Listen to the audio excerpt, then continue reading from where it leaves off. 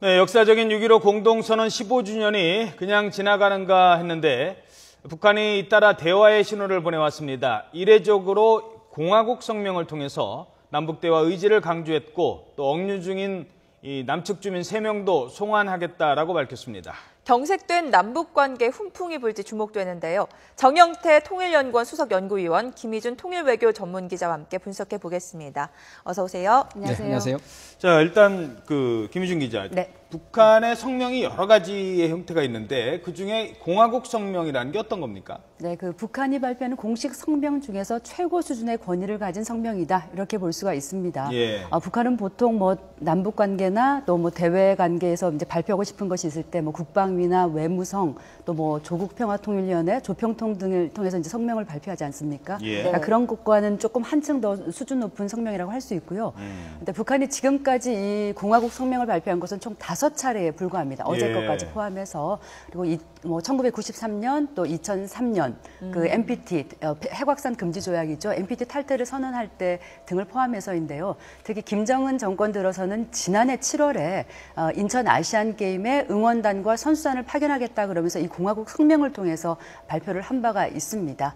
근데 특히 이제 이 6.15 공동선언 기념일을 즈음해서 공동성명을 발표한 건 처음이고요. 네. 그만큼 이제 이 김정은 제1위원장 의 위임에 따른 것이라고 밝히면서 그만큼 좀 이번 6.15 선언 계기로 해서 남북 대화를 좀 해보겠다는 의지를 밝힌 것으로도 풀이됩니다. 네, 어제 이렇게 공화국 성명을 통해 북한이 대화 못할 이유가 없다라고 밝혔는데 따라서 함께 요구 조건들이 많았어요. 한미 그렇습니다. 군사훈련 중단 등도 요구를 했는데 대화가 목적이라고 볼 수가 있을까요? 아니면 이 요구 조건들을 관철시키는 게 목적이라고 볼 수 있을까요? 네, 말씀하신 대로 북한이 어제 성명을 발표하면서 대화 못할 이유가 없다라고 밝혔지만 단 신뢰와 화해 분위기가 조성되면이란 전제를 달았습니다. 네. 그러면서 5가지 이제 조건 입장을 발표한 것이 남북 간의 통일 문제 자주적으로 풀어가자.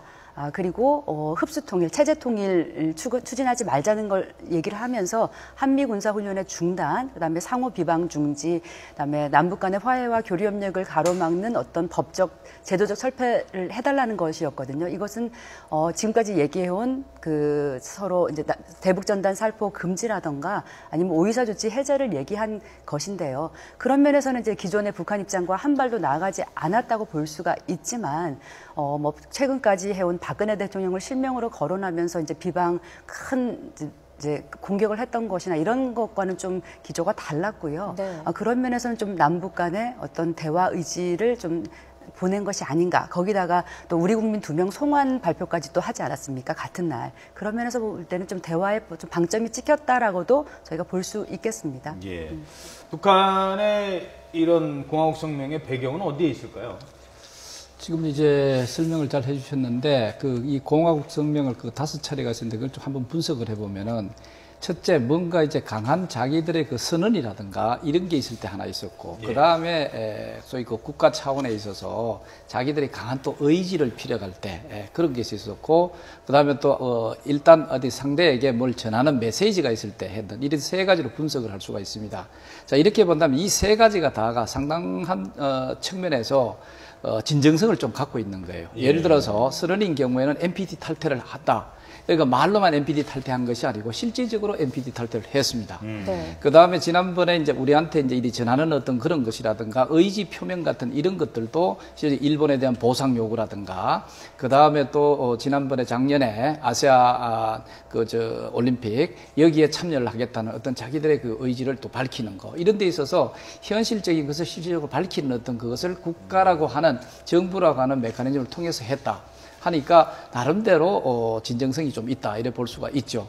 자, 그렇다면은 이번에 이례적으로 이 정부 성명을 통해서 했다는 것은 이 남북 대화에 대한 필요성이라든가 그리고 뭔가 한번 물꼬를 좀 터야 되겠다라고 하는 나름대로의 진정성 이런 것을 일단 형식 차원에 있어서는 좀 읽어볼 수 있겠다 이래 볼 수가 있습니다. 네, 두 분 얘기를 들어보니까 공통적으로 좀 진정성 있는 대화 의지가 엿보인다고 생각을 할 수가 있겠는데 또 긍정적인 손짓이 하나 있었습니다. 남측 주민을 송환하겠다라고 밝혔는데 이 억류되어 있는 우리 국민 어떤 분들이죠? 네, 처음에 이제 북한이 2명을 송환하겠다고 했을 때 이제 기존에 억류하던 김정욱 선교사 등 4명 중에 2명인가 했더니 그건 아니었습니다. 네. 이분들은 지난달이죠. 지난달 5월 10일 날 북중 그 접경 지역을 관광을 하다가 이제 북한에 억류된 두 50대 남녀인데 부부로 알려져 있습니다. 정부는 사실 그동안 이 두 사람의 억류 사실을 공개하지 않았고 북한도 얘기를 전혀 하지 않았던 사람인데 사실 정부는 뭐 이미 5월 달에 인지를 하고 있었다라고 얘기를 합니다. 그런데 이제 이들 그러면서 김정욱 선교사 반공화국 혐의 또 간첩 혐의 등으로 잡혀 있는 그 4명은 풀어주지 않았거든요.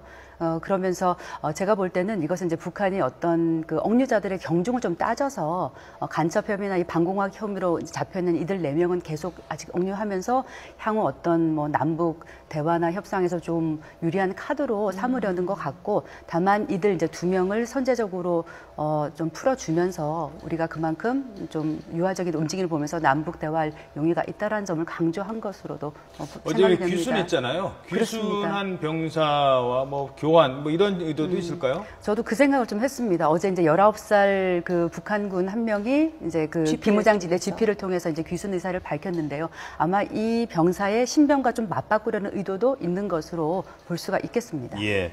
자, 그런데 뭐 대화를 하겠다는 진정성은 뭐 이해가 되는데 우리한테 요구하는 게 지금 뭐 오이사 조치 해제 또 들고 나오지 않습니까? 그러려면 북한이 사과를 하든 인정을 해야 되는데 그런 건 없고, 그러니까 막상 대화를 하려고 하면 이게 과연 또 실현 가능성이 있을까 하는 의문은 좀 남거든요. 어떻게 보세요? 근데 북한이 사실 끊임없이 자기들의 주장을 되풀이합니다. 그래서 되풀이하면서도 이 남북 대화라든가 이 관계 개선 차원에서 앞으로 나아가는 그런 모습을 보인 게 일반적인 행태였습니다.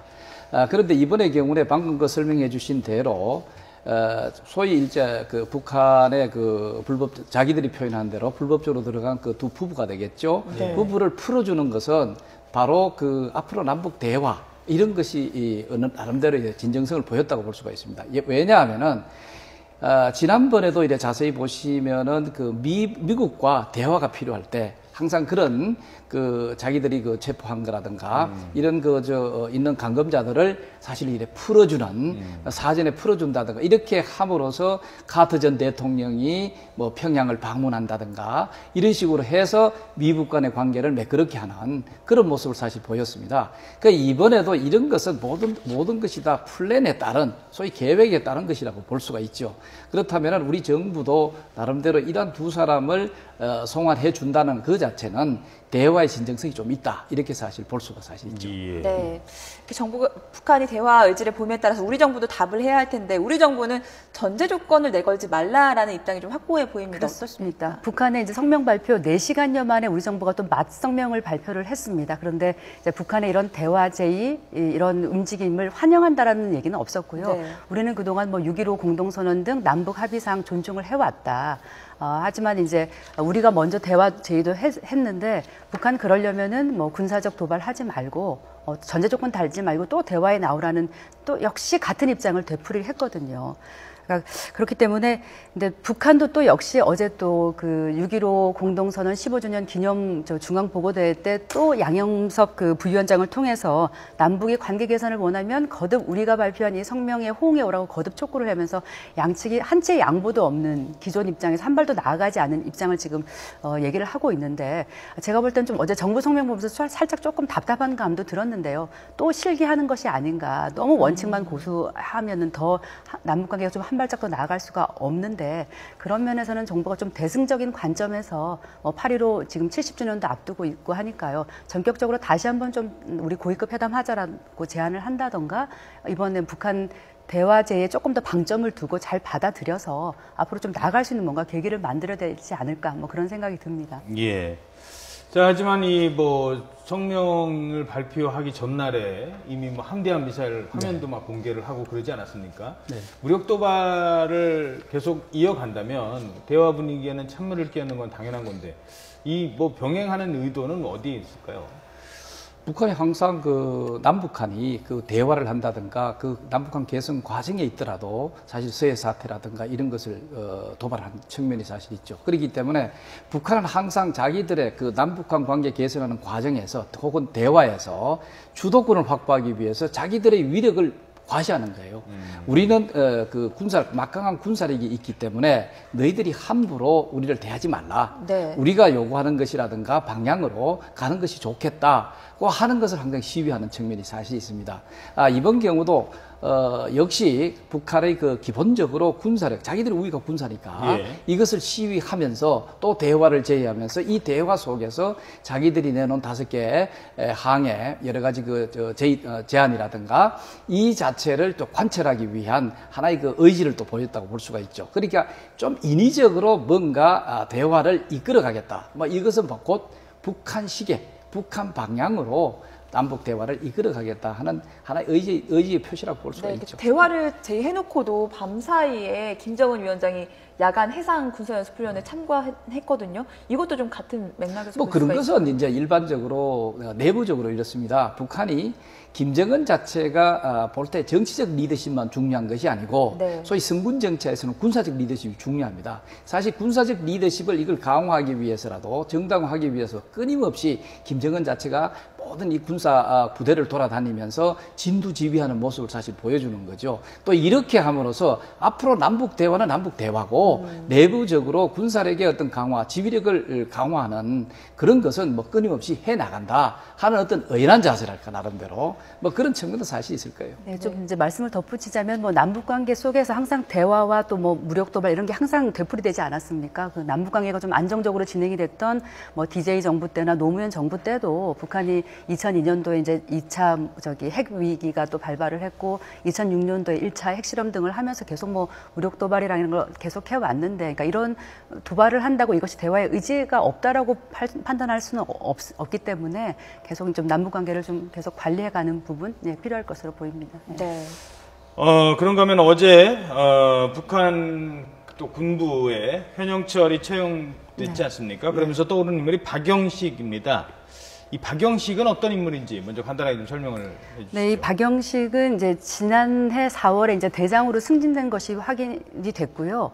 또 그 1년 만에, 그러니까 지난해 1년 전에 이제 상장으로 승진을 했고 이제 1년 만에 대장으로 초고속 승진을 했는데 그동안에 그 인민군 조직과 인사를 관할하는 그 총정치국의 조직 부국장을 거쳐서 이제 아주 정무 감각이 탁월한 것으로 이렇게 알려져 있습니다.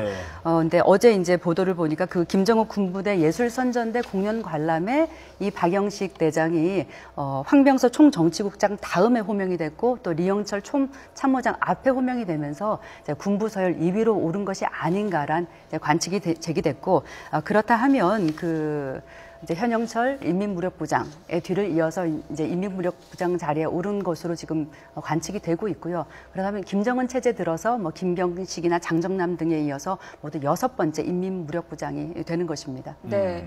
얘기를 들어보니까 김정은 체제 들어서 북한 군부 내에서 서열 변화가 많이 있었어요. 그만큼 좀 불안정하다라고 볼 수가 있을까요?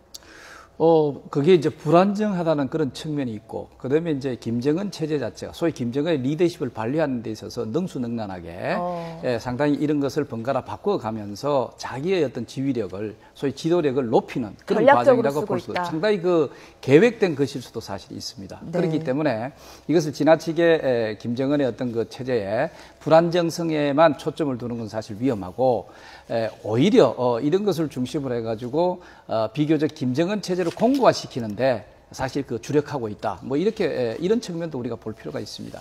예, 알겠습니다. 네, 지금까지 북한의 이딴 화해 손짓에 대해서 남북관계 훈풍이 불어올지 짚어봤습니다. 김희준 기자 그리고 정영태 통일연구원 선임연구원이었습니다. 두 분 고맙습니다. 네. 고맙습니다. 감사합니다.